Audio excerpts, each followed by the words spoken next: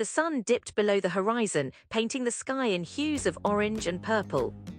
In Duskwood, a peculiar phenomenon occurred. Shadows detached themselves from their human counterparts. They peeled away like velvet curtains, silently gliding to the cobblestone streets. These liberated shadows were far from mere silhouettes. They possessed a life of their own. They danced in the twilight, their forms shifting and swirling like mischievous spirits. Some gathered in the town square, whispering secrets amongst themselves. Others ventured into the old whispering woods, their shapes becoming elongated and eerie in the deepening shadows. A group of shadows belonging to the town's children played a game of tag, their forms flickering and bouncing off the walls of houses. The baker's shadow, a stout and round fellow, rolled merrily down the street, leaving a trail of flour dust in its wake. The blacksmith's shadow, long and sinewy, practiced its forging techniques on miniature anvils made of moonlight.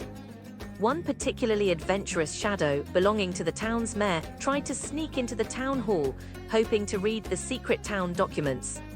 He was unsuccessful.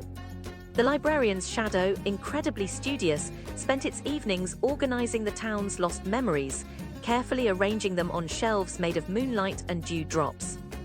A shadow belonging to a shy girl named Ilara dared to approach a friendly shadow of a dog, a lively golden retriever. They shared a silent game of chase around the old oak tree, giggling softly, sounds only perceptible to other shadows. One evening, a shadow belonging to a grumpy old man tried to control the town's streetlights by simply reaching out and manipulating them, but he failed. It was more than just a play of light and darkness. It was an intricate dance, a nightly spectacle only witnessed by those who dared to stay awake long enough to see. Sometimes the shadows would even interact with the living, a gentle touch on a shoulder, a fleeting glimpse of a familiar shape. Most of the townsfolk didn't notice, their minds too occupied with their own lives. However, a few residents, particularly the children, suspected something was amiss. They'd wake in the morning to find things subtly rearranged, misplaced, or slightly different than the night before. The old clockmaker swore that his tiny clocks sometimes run backwards, only after dusk. A young boy, Thomas, discovered a miniature shadow town mirroring Duskwood, crafted from leaves, twigs, and moonlight. He kept the secret to himself, a shared wonder between him and the shadows. One night a storm brewed, the shadows panicked.